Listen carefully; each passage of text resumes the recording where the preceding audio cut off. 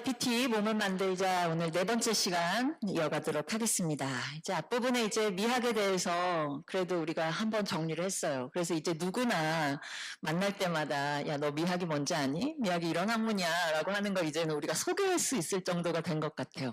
널리 퍼뜨려 주십시오. 왜냐하면 미학에 대한 오해가 워낙 좀 많아가지고 어떤 사람은 미학을 미술과 관련된 학문인가 정도로만 이해하는 분들이 많은데 미술 외에 굉장히 넓은 분야, 예술 전반, 그리고 감성 영역 일반 모두를 다 철학적으로 규명하려고 하는 학문이 바로 미학이다 이렇게 정리를 하시면 크게 문제가 없고 얼마든지 자유롭게 미학이라고 하는 말을 우리가 쓸 수 있을 것 같습니다. 네, 이렇게 해서 오늘 이제 본격적으로 운동도 좀 해보고 그다음에 미학 개념에 대해서도 우리가 좀 이제 조금씩 익숙해져 가는 그런 단계인데 괜찮으시죠? 네, 할만하시죠?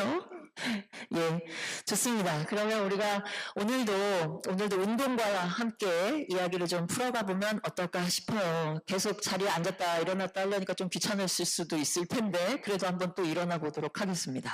이제 하체 운동 본격적으로 좀 해보죠.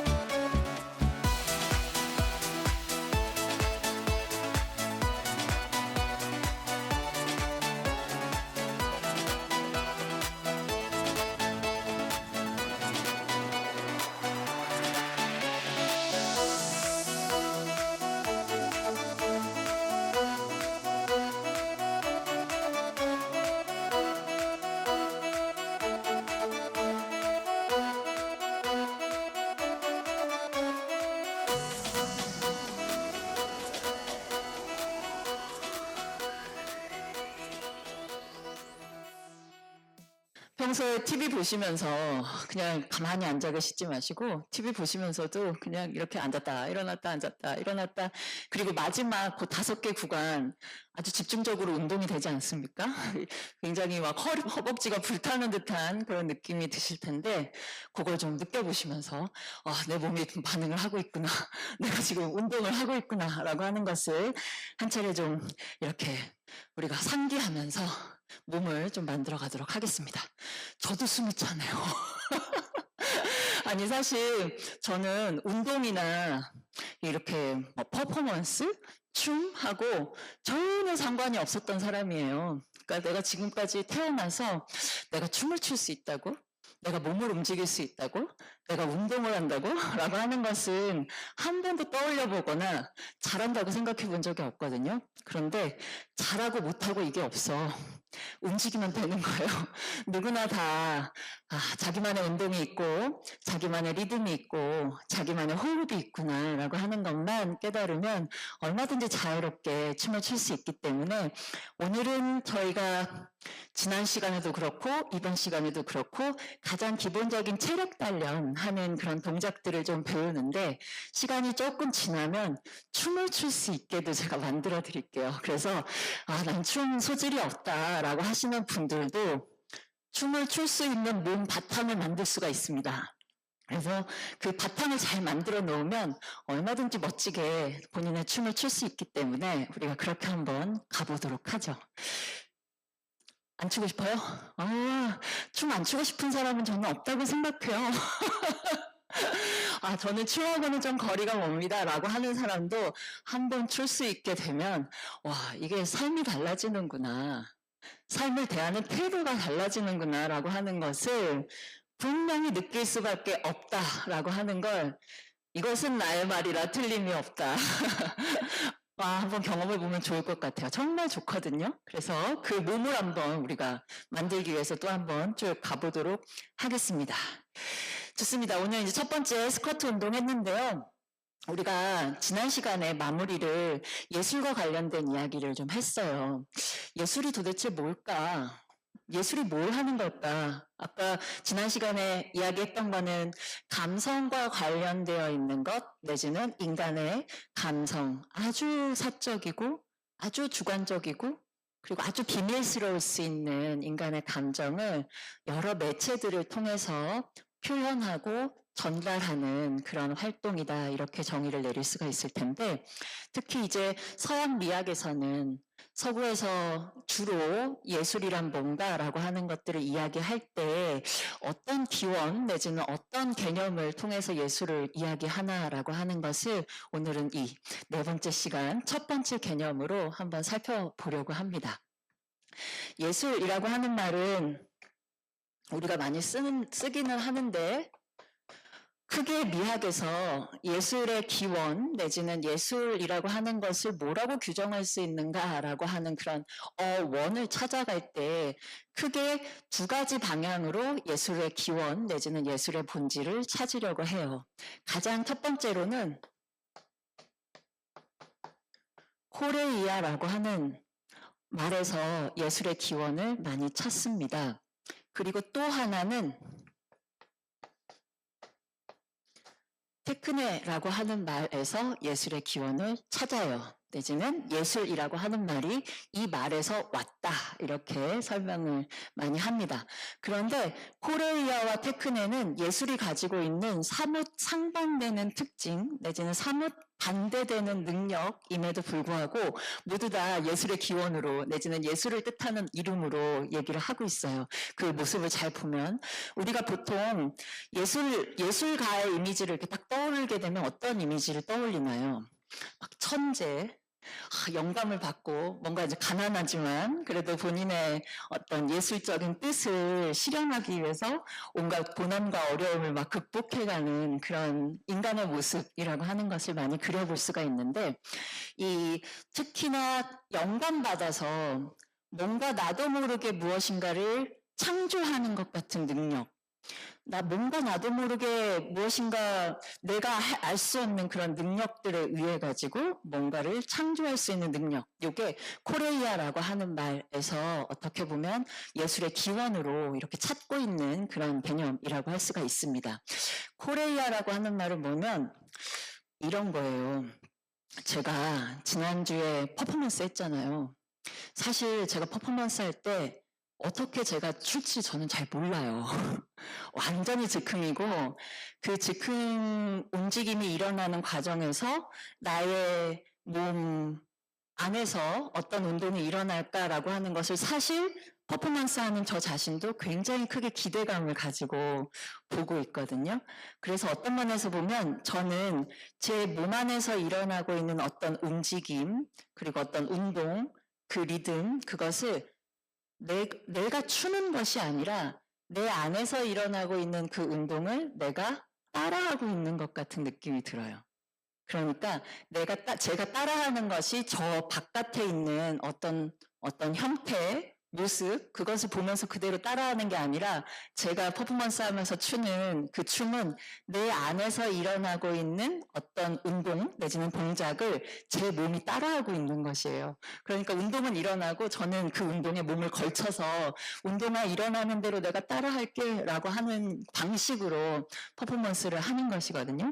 그게 어떤 면에서 보면 코레이아의 느낌일 수도 있습니다. 코레이아는 원래 이야기하자면 그리스 그 비극 시절, 아티카 비극 시절, 막 디오니소스, 아폴론 이렇게 이야기할 때 특히나 디오니소스 제전에서 추었던 춤이 코레이아입니다. 근데 이 코레이아는 뭐냐면 삼위일체 코레이아 뭐 이렇게도 얘기를 하는데 시, 음악, 무용, 춤이라고 해도 괜찮아요?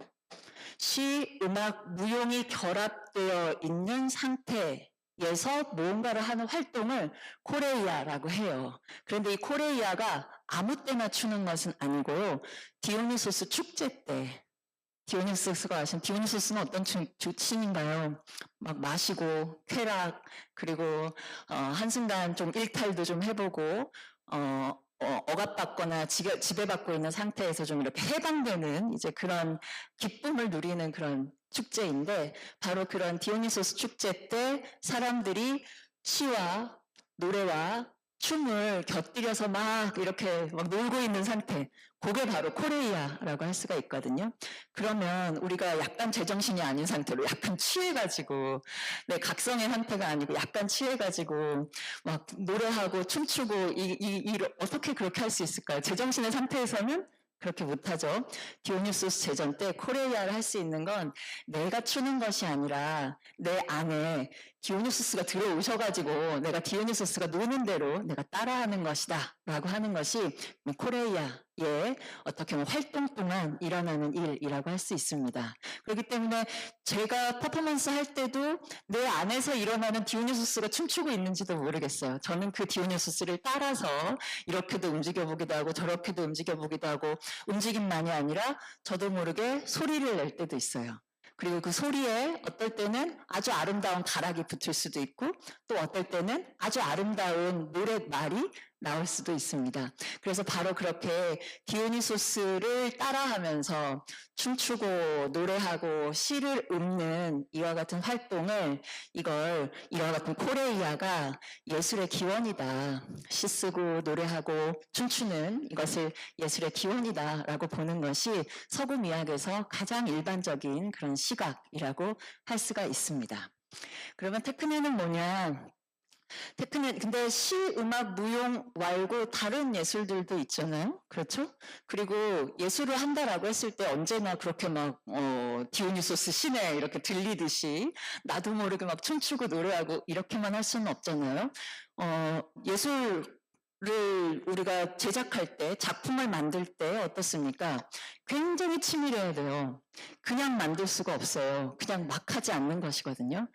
0.1mm의 오차도 여기에서는 허용이 안 돼. 여기 조금만 잘못 움직이면 조금 색깔만 잘못해도 이건 절대 안 돼 라고 해서 굉장히 치밀하게 계산하고 구상하고 연구를 해야만 하는 것이 또 예술 영역이거든요.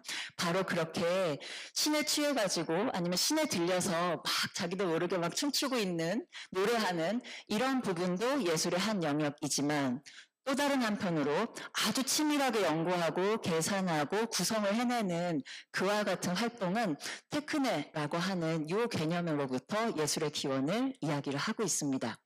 테크네라고 하는 말은 그야말로 테크닉의 어원이기도 해요. 그래서 코레이아 내지는 디오니소스에 취해가지고 뭔가를 막 춤을 추는 이것과는 다르게 합리적인 이성의 상태에서 얼마든지 각성되어 있는 이성의 상태에서 무엇인가를 만드는 기술이나 이론 일반 모든 것을 다 테크네라고 하는 개념에서 서술을 하고 있습니다. 그래서 예컨대 책상을 만드는 기술도 테크네예요. 의자를 만드는 기술도 테크네예요. 의학, 의술도 다 테크네예요. 그래서 우리가 그런 말 있죠. 예술은 길고 인생은 짧다. 이런 표현이 있잖아요. 이걸 히포크라테스가 했다. 이렇게 얘기하는데 히포크라테스는 의사였잖아요. 그래서 히포크라테스가 썼던 말도 예술은 길다 해서 그 예술도 테크네입니다. 그래서 우리가 테크네를 예술로 지금은 번역을 하지만 히포크라테스가 테크네는 길고 삶은 짧다 이렇게 얘기했던 것은 의학은 길고 삶은 짧다. 그러니까 공부할 게 너무 많으니까 시간 낭비하지 말고 열심히 공부해라 이제 이런 뜻으로 했던 말이기도 하거든요. 그만큼 테크네는 합리적인 이성 상태 하에서 치밀하게 연구하고 분석하고 구성해내는 만들어내는 기술 내지는 이론 일반을 모두 테크네라고 얘기를 할 수가 있어요. 그리고 바로 이 테크네라고 하는 말이 오늘날 말 그대로는 아트라고 하는 말로 이게 라틴어에서 히라버에서 라틴어 아르스로 변형이 되고 이 아르스가 근대의 이후에 아트라고 하는 말로 변형이 돼서 오늘날 예술이라고 하는 말 서구에서 안정화되기까지 이르렀습니다.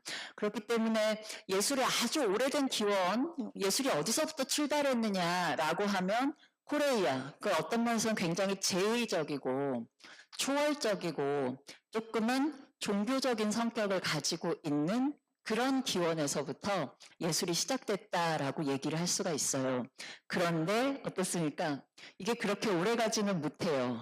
좀 사라지고 테크네 개념 자체가 보다 더 강력하게 자리를 잡고 테크네가 아트 개념으로 자리 잡게 된 데에는 뭐 아리스토텔레스 그리고 그 이후 근대에까지 여러 철학자들의 어떤 개념들의 그 설명들 때문에 이제 오히려 코레이아 이쪽 개념, 초월적이고 뭔가 제의적이고 종교적인 이러한 영역은 약간 사라지고 테크네 개념에서 오늘날 요 아트 개념까지 오게 됐죠. 그런데 오늘날 쓰는 요 아트 개념도 사실 처음에는 그러지 않았는데 굉장히 합리적인 의자 만드는 기술이지 않습니까?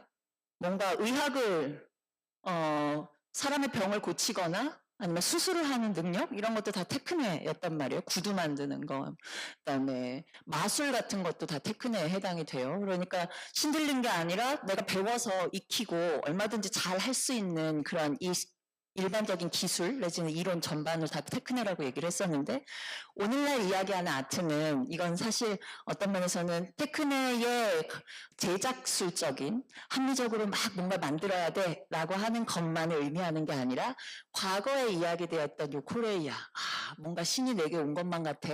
그런데 근대 이후에는 신을 상실했잖아요. 신이 없는 세계이잖아요.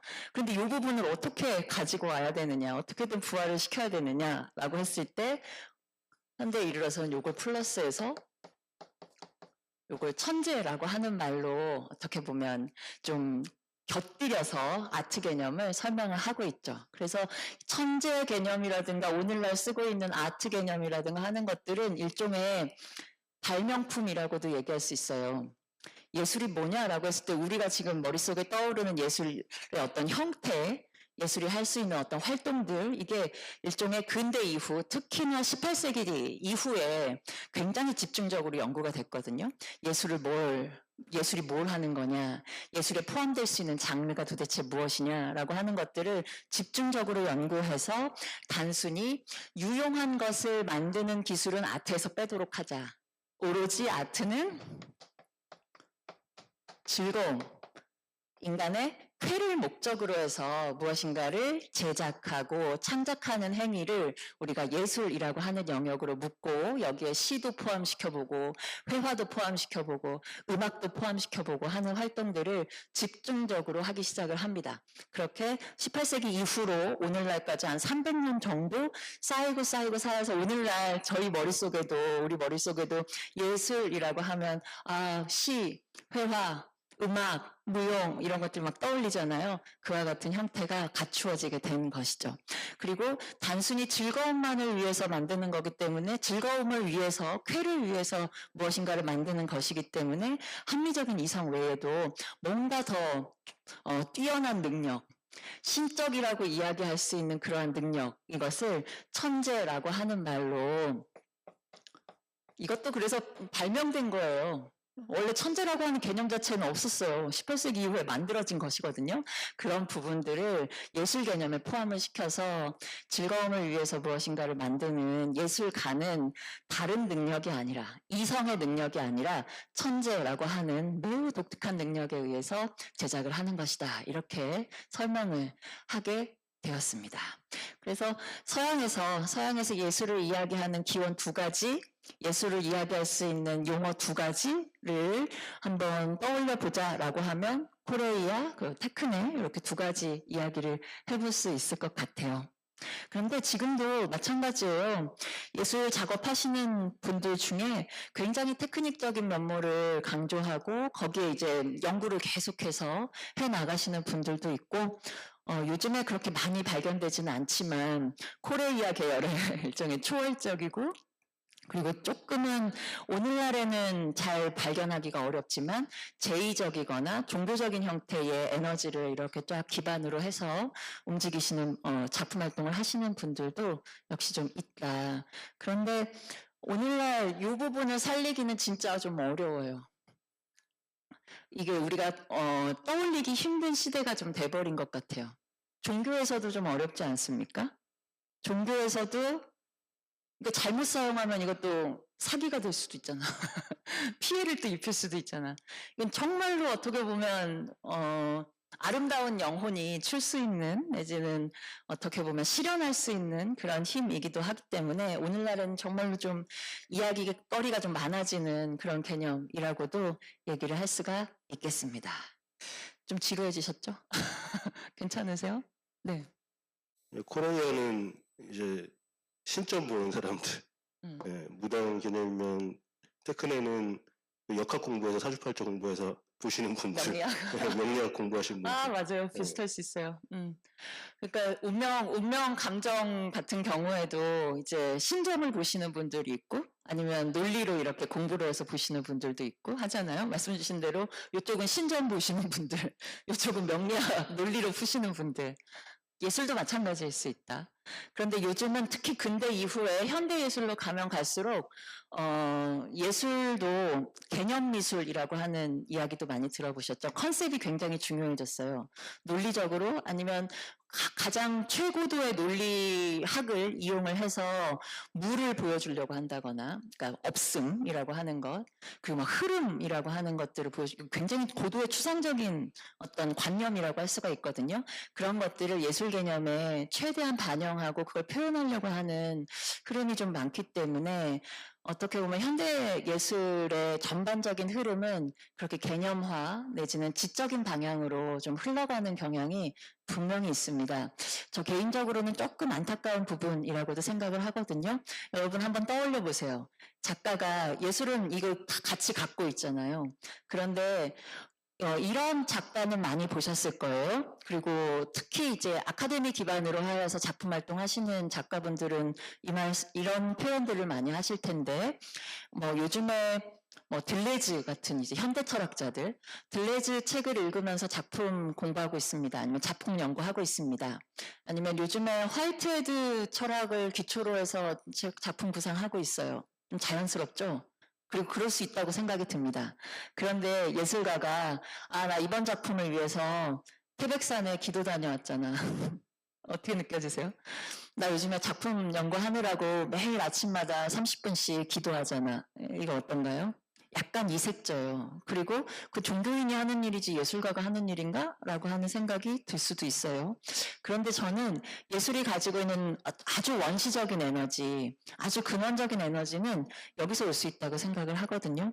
그리고 현대에 가면 갈수록 우리가 지난 시간에 이야기 한번 하기도 했는데 지상에서 이루어지고 있는 경험 일반 있지 않습니까? 이것은 과학이나 이론적인 지식으로 어느 정도 설명해낼 수가 있어요.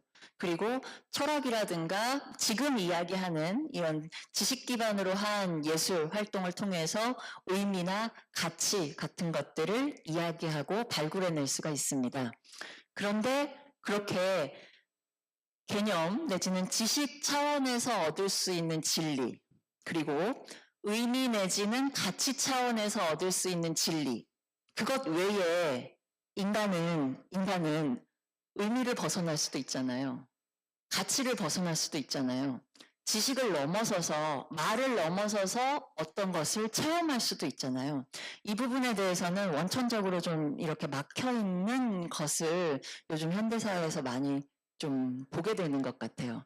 특히 말을 뛰어넘고 의미를 벗어나고 가치를 벗어나는 일을 가장 잘 보여줄 수 있는 영역이 사실은 종교입니다. 그런데 오늘날 종교가 굉장히 많이 망가지고 아마 이 수업 들으시는 선생님들도 익숙하게 알 텐데 막 천공, 건진 막 이야기 하잖아요.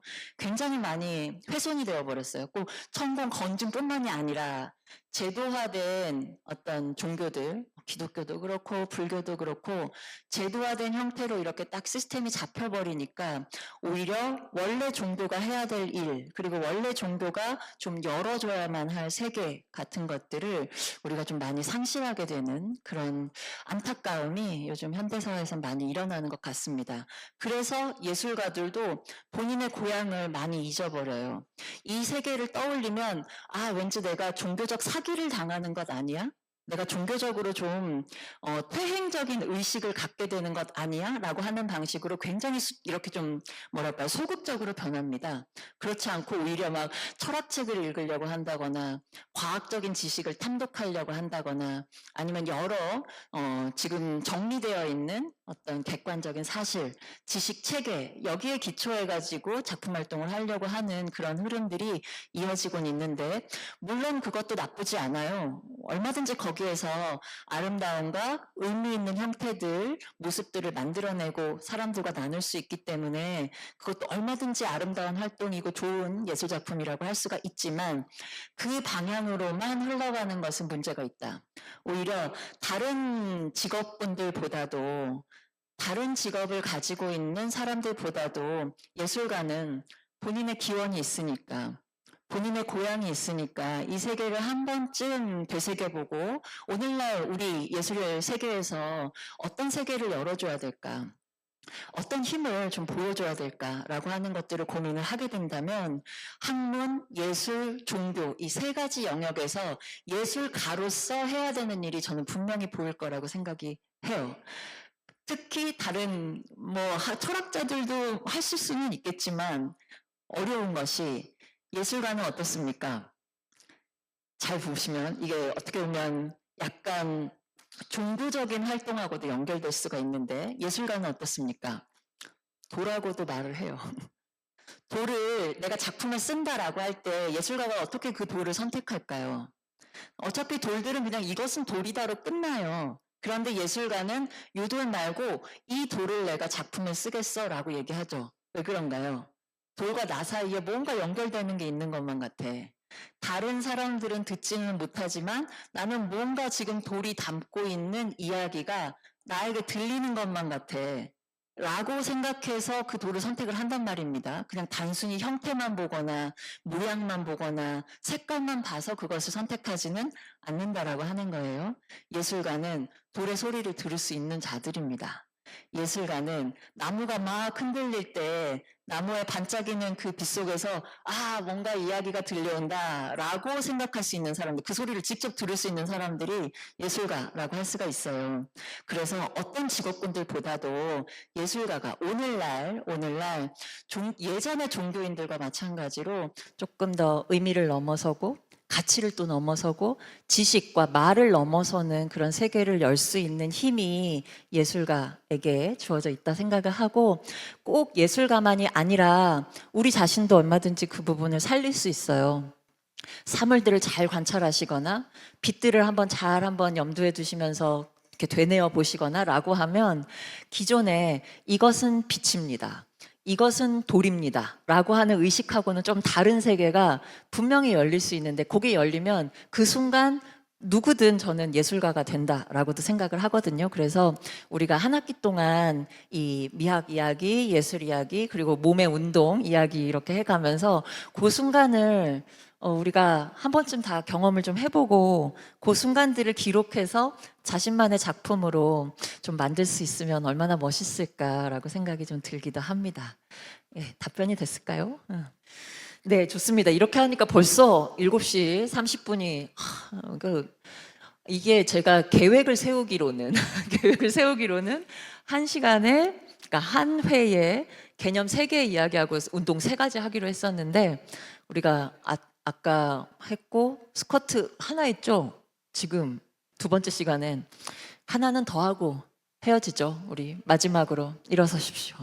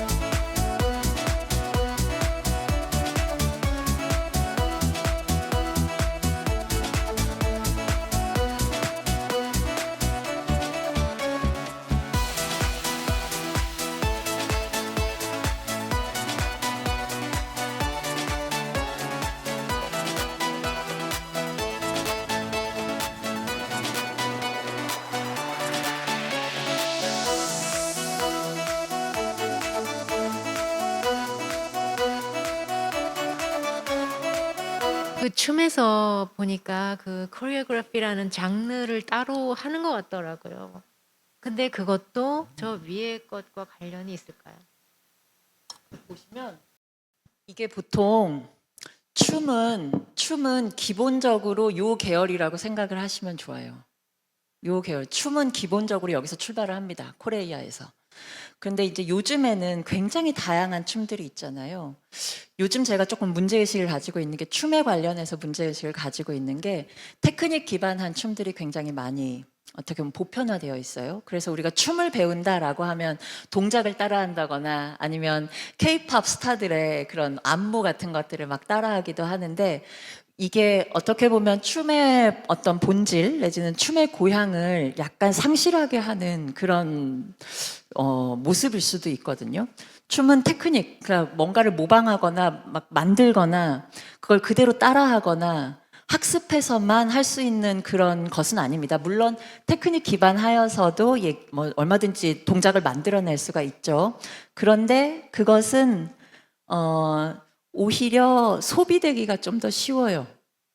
이 부분을 찾지 않는다면, 이 부분을 찾지 않는다면 테크닉에 기반하여서 춤을 막 춰본다, 동작을 해본다라고 하는 것은 그대로 그냥 소비되거나 아니면 아무리 배워도 몸이 좀 굳어 있게 그리고 뭔가 좀 자연스럽지 않게 움직일 수 있는 그런 결과를 좀 낳게도 되는데, 그래서 몸 바탕을 어떤 춤이든지 간에 몸 바탕을 코레이아 계열로, 그러니까 내가 뭔가를 막 기술적으로 만들어낸다라고 하는 걸로 접근하는 것이 아니라 내 몸 안에서 일어나고 있는 운동의 기초에서 내가 춤을 춘다라고 한다면 올바르게 접근을 하고 있는 것이고, 모든 춤은 거기서부터 출발을 하고 있다, 이렇게 생각을 하시면 좋을 것 같아요.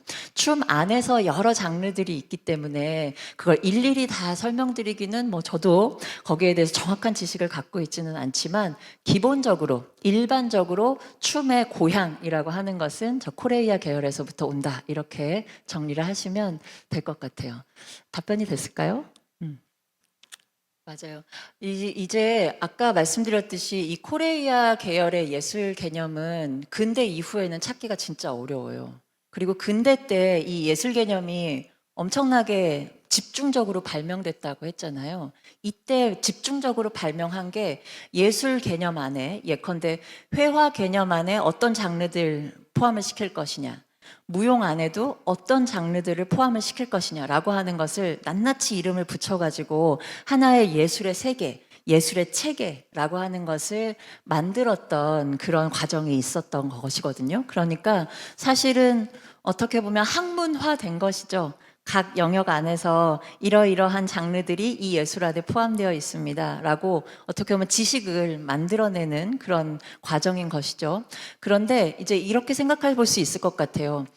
여기서부터 일어나는 운동들을 이제는 근대에 이르러서는 낱낱이 이름을 붙여가지고 요런 것은 요런 이름으로, B라고 하는 것은 이런 이름으로 라고 낱낱이 라벨을 붙이는 게 이 근대 때, 근대 이후 집중적으로 해온 일이기 때문에 이름 자체에 집중을 해서 어떻게 보면 이름 자체를 가지고 요 장르는 요런 춤을 추는 것이구나, 조 장르는 저런 춤을 추는 것이구나 라고 정리할 수도 있어요.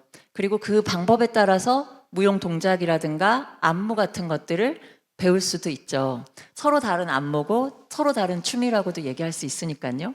그리고 누구누구 류 이렇게도 얘기를 하고 하는 거니까. 그런데 그런 다양한 장르들을 뛰어넘어서 근원적으로 예술이, 춤이 어디서부터 출발하느냐라고 한다면 그 이름 이전에 저쪽 아주 오랜 시절부터 추어왔던 코레이아 계열에서부터 춤의 본류, 춤이 어디서부터 시작됐는가라고 하는 것을 이야기할 수 있다, 이렇게 정리를 할 수 있을 것 같아요. 이제 세부적인 장르 구분은 어떻게 보면 그야말로 이제 전문 연구가 되는 것이죠. 이 안무가 가지고 있는 특징이 뭔지, 다른 장르들, 다른 안무들하고 차이가 나서 보다 더 중요하게 생각하는 것들은 뭔지라고 하는 것들을 아주 집중적으로 또 연구를 하고 그거에 기초해서 작품을 또 만들어 가는 것이니까요.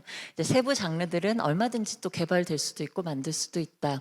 그렇게 만드는 것은 테크닉적인 작업이라면, 그런데 이런 모든 테크닉들이, 무용의 모든 테크닉들이 어떻게 보면 흘러나올 수 있는 무용의 춤의 본원이라고 한다면 저 오랜 코레이아에서부터 이야기를 해볼 수 있겠다.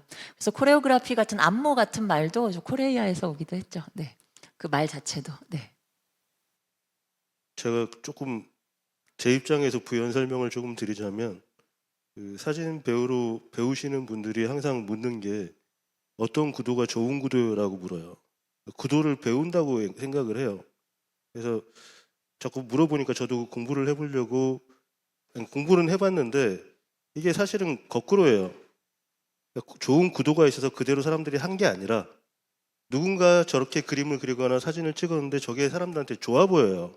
근데 문제는 누구나 그런 감각을 갖고 있지 않기 때문에 누군가는 저걸 해석을 해요.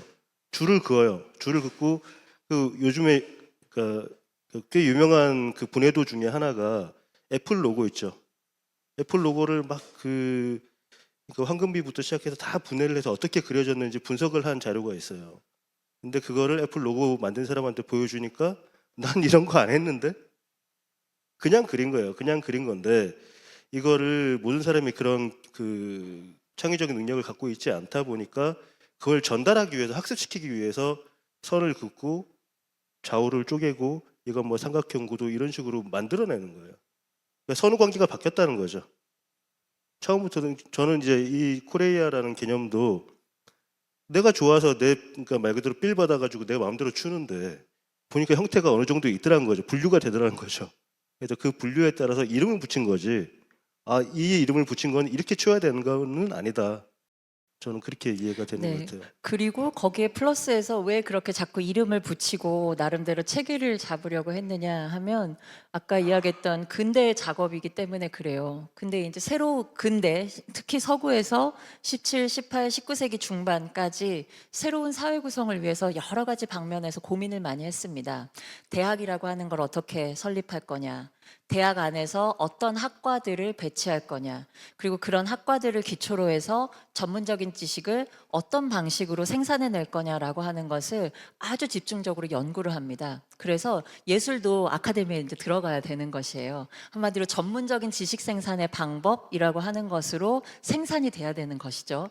그렇기 때문에 예술 개념 안에 어떤 장르들 포함할 건지, 예술을 가능케 하는 원리라고 하는 게 뭔지, 예술 작품을 주도적으로 제작해내는 주체는 누구인지, 그래서 이제 뭐 작가라고 하는 개념, 그리고 관객이라고 하는 개념, 그리고 그렇게 전문적으로 생산된 예술 작품을 어떻게 소비할 건지, 그래서 거기서 어떤 예술 시장이라고 하는 개념들도 생겨나게 돼서 오늘날 우리가 예술하면 떠오르게 되는 세계의 각각의 예술 세계의 모든 요소들이 근대 이후 17, 18, 19세기 중반까지 집중적으로 좀 완성이 됩니다. 그래서 장르들도 쫙 한번 정리가 되고, 그다음에 예술 어떤 작품 어떤 방식으로 소비돼야 되는지, 극장 어떻게 해야 되는지, 극장에 어떤 작품 올릴 건지, 그리고 소위 말한 클래식이라고 얘기할 수 있는 것들은 뭔지라고 하는 것들을 쫙 정리를 해서 한마디로 예술의 체계, 예술의 가장 기본적인 원리라고 하는 것도 그냥 만들어요.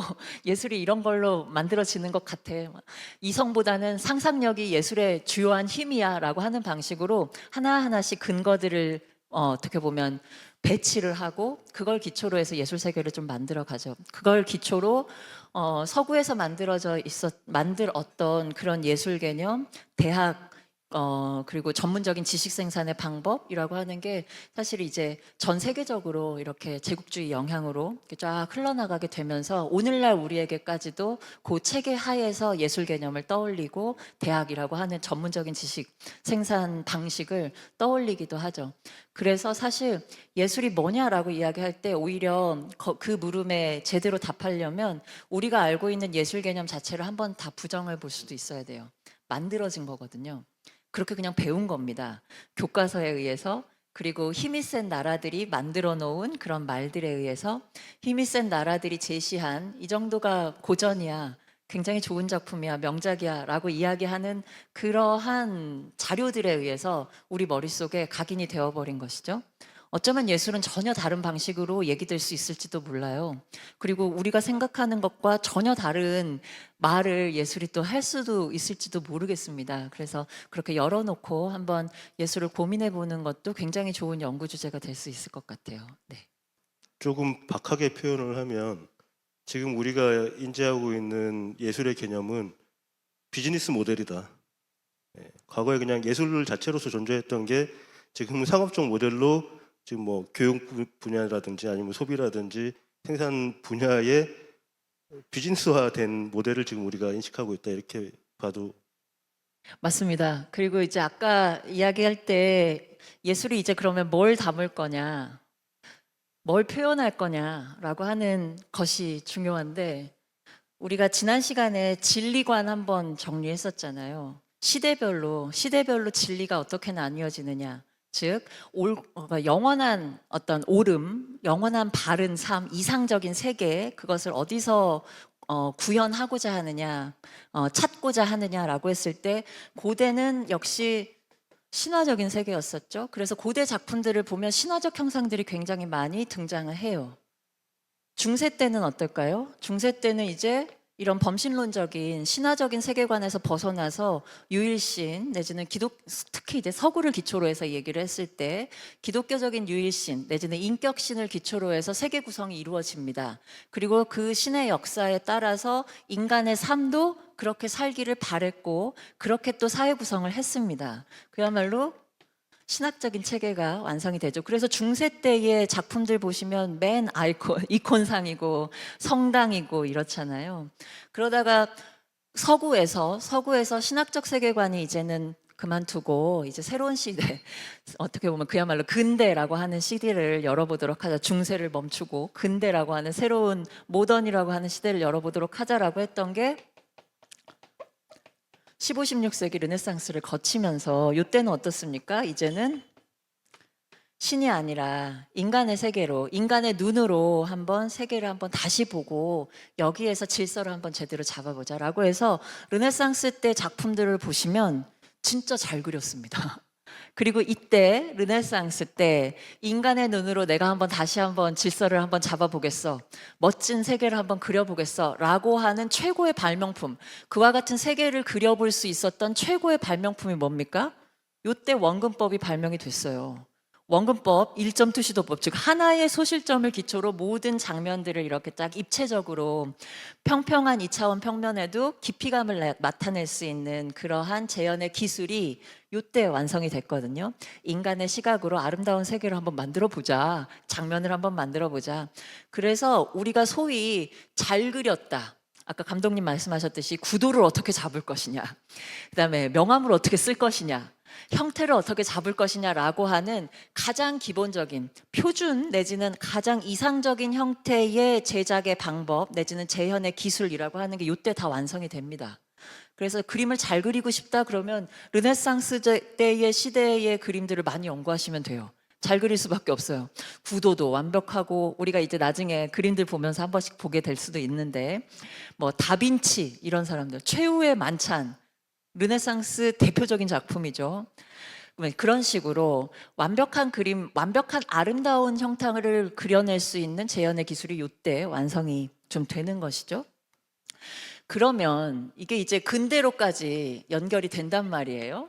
그리고 르네상스 이후로 근대 이성 중심의, 인간 중심의 세계관이 쫙 잡혀가지고 인간이 보기에 아름다운 것, 인간이 보기에 진리라고 할 수 있는 것, 인간이 보기에 바르다라고 얘기할 수 있는 것들을 쫙 만들어 가면서 오늘날까지 소위 말하는 발전이라고 딱 단정적으로 말할 수는 없지만 그래도 살아오게 됐다.